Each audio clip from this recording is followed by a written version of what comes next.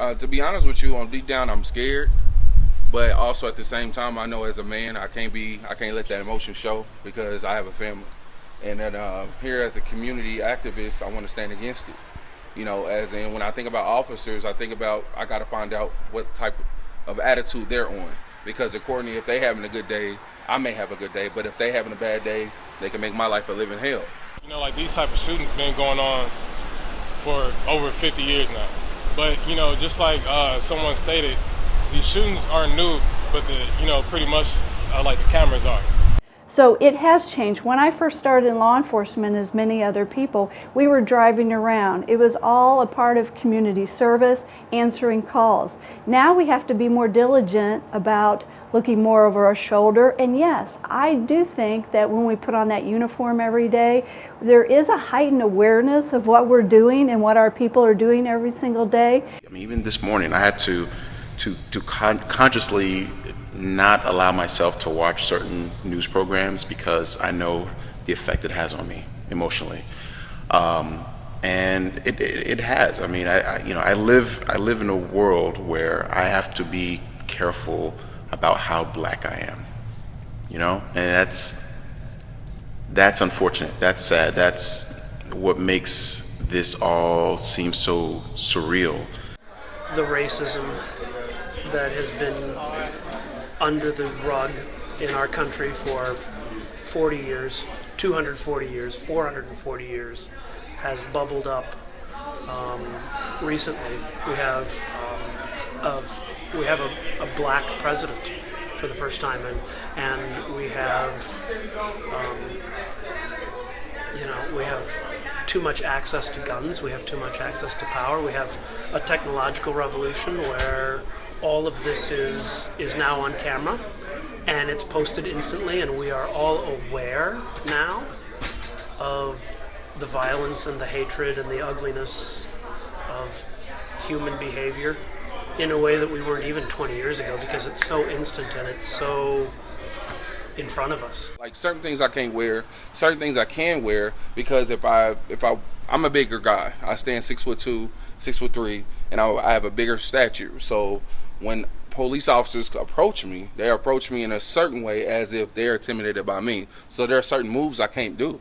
There are certain ways I can't extenuate my voice to a certain volume, you know, because they'll take that as threatening, as in they don't know what I may do or may not do. But when they check my record, I'm clean, you know. So I have to dress a certain way, I have to act a certain way, and it has changed my life in a certain way. Now, those ways I was raised to, but other people has messed it up for that. And like I said, there's good people and there's bad people out here. I do think, as far as the younger generation, that maybe their mindset is a little bit different of law enforcement. For some of us veterans, when we took the oath that we were going to protect and serve. But of course, over the years, some of that has changed, and we've had to adjust. And unfortunately, in the last few years, we've really had to adjust to some of the horrible, horrific things that are happening throughout the United States and internationally right now. You know, we can all have hope and we can all fight for this, but it really takes us as a whole to really all come together and really make something happen. Because right now, it's sad out here. And it's like, I don't have any kids, I'm 27 years old, but, you know, this makes me very nervous, you know, about bringing a kid into this world. I think, unfortunately, when we see tragedies involving the police and civilians, it's automatically, well, they didn't do something, or they were told to do something and they didn't do it fast enough. And I don't think it's that cut and dry. I don't think it's that black and white in that respect. When we took on that oath and we put on that uniform every day, we still have that same strong desire and that love and the faith in our communities and the desire to serve our communities, that we're going to come in here every single day and we're going to do exactly what we held up our hand to do, is to protect the citizens of our community. I have hope that things will get better, but it starts with us. Like, it starts with the people. You know, like we can all hope and pray and wish all day, and you know, we can all talk about it, but it takes the right people to stand up and become leaders. You know, like, we all need leaders. You know, like these days, you know, like we are living in a time of day where there's so many followers out here. You know, like everybody see people riding, so you know, like that's what they want to do. They want to ride. I'm sorry I have kids out here, and it gets to a point where I want somebody to step up and stop trying to record everything. We don't need to record everything. You know, if somebody was getting hurt right now, we want to whip out our cell phones and put it on Facebook just to get glorified for likes.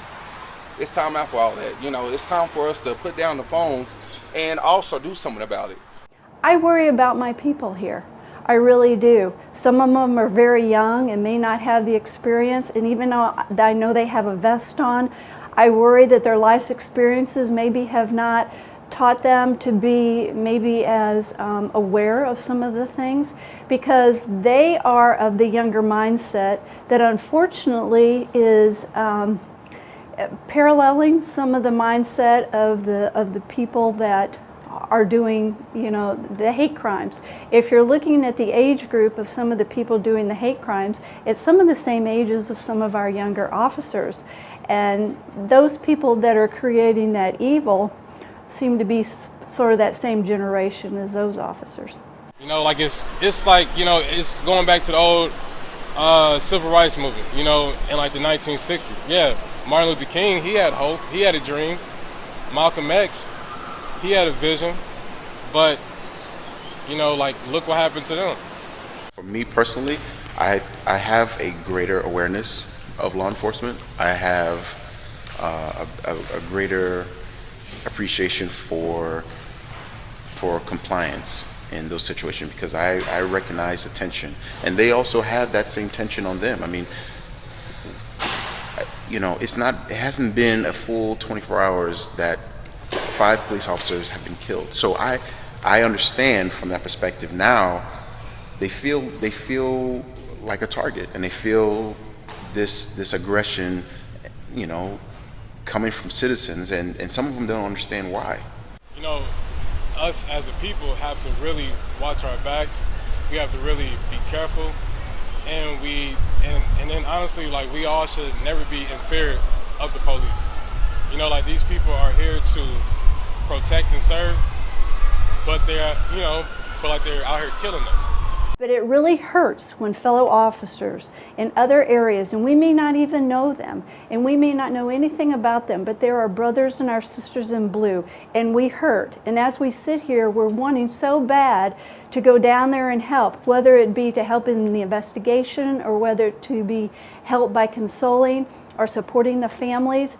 But we really just mourn the fact. It's a sadness. It makes us mad at what happened, but we still continue to put on that uniform in pride every single day to serve the community and the people that we love. You know, and I honestly want everyone to be safe, because, you know, we're going through a lot of things with, you have police shootings, you have people who shot up churches in South Carolina, you have movie theater shootings that happen in Colorado. And, you know, like, even though it's working here, you know, like, we have to be safe. You know, but so far, I can honestly say Kansas City is a great city. And so far, like, the people haven't, you know, responded in a negative way.